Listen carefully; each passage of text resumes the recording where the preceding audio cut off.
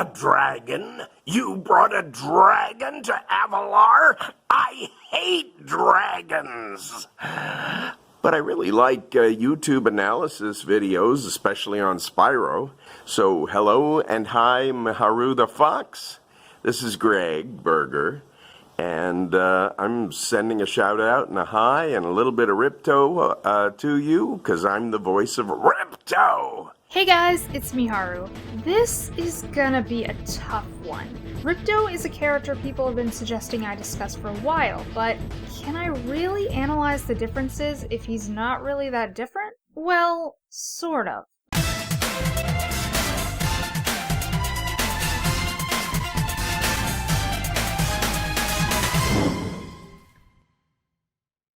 I'm gonna say this up front. If you were to ask me which version of Ripto I prefer, I'd have to go with Reignited overall. I do believe this is the definitive version of the character.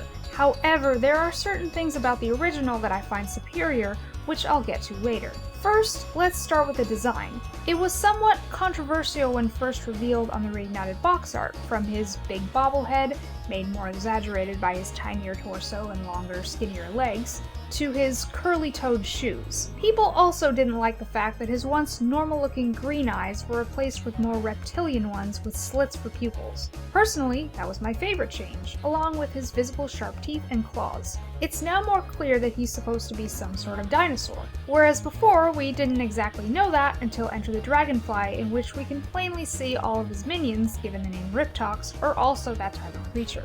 One of the biggest criticisms any game will get is if they replace a character's voice. Luckily, in Reignited's case, some of the actors were able to reprise their roles, and Gregg Berger as Ripto was one of them. As expected, he played the character very closely to how he did 20 years ago, albeit with a few changes to better match the updated design and animations. He's a lot more expressive, of course, and his voice had to reflect that. Interestingly enough, from what I remember hearing before the game's release, they wanted to go with a more sinister, low-voiced portrayal of Ripto.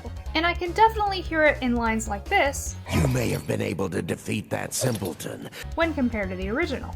You may have been able to defeat that simpleton. Now, a different take on a character is by no means a bad thing. In this case, it was probably done to make him seem like a genuinely threatening villain despite his stature. However, I suppose it backfired, as what we got ended up sounding very gravelly and more generically angry than it did before. Obviously, I understand a person's voice can change over the course of many years, so that was a contributing factor. But I also believe direction played a part as well. In wanting to see this new menacing version of Ripto through, the charm in that loud, over-the-top rage he's known for was nearly lost. So when it comes to vocal performance, I have to give it to the original, if not only for the delivery on these lines sounding much cooler and more intimidating. I'll kill you! Dragon, you've just sealed your fate! But moving on to his personality, was it impacted at all? Well, not so much on the surface, as he's still the same short-tempered, dragon-hating Ripto we're familiar with. Let's compare some cutscenes to see how any of Reignited's alterations may have affected his character. Starting with the intro and his exclamation of, I hate dragons! Yeah! In the original, he pauses between each word and flails his arms in frustration, really driving the point home. Whereas in Reignited, I hate dragons! Yeah! there are no pauses and he charges up his scepter afterward. I've talked enough about my preference for the old delivery, but as for this new action, I like it. Don't get me wrong, the flailing is adorable, but charging his scepter implies that he's going to kill Spyro where he stands, ridding himself of the dragon problem. And it makes sense. If he hated them so much and had a means of disposing one that stood before him, it's not so hard to believe he'd take that chance. Now let's look at his arrival in Avalar. First off, I love the added detail of him grabbing the professor as he sniffs for dragons. Clearly he's someone who does what he wants and has no regard for personal space. But there's something I love even more about this scene. Say hello to your new king. The finger guns, the wink, everything about this perfectly represents his egotistical attitude. It makes a lot more sense than him bowing. I mean, isn't he the type who should be forcing people to bow before him? He's obviously full of himself, so that courteous act wouldn't fool anyone anyway. But Personal thoughts time. It's the little things he does that make me love him so much. From the way he sits with his legs crossed to his smug grin when swiping away the power crystal. It's these extra touches that really capture the appeal of his personality.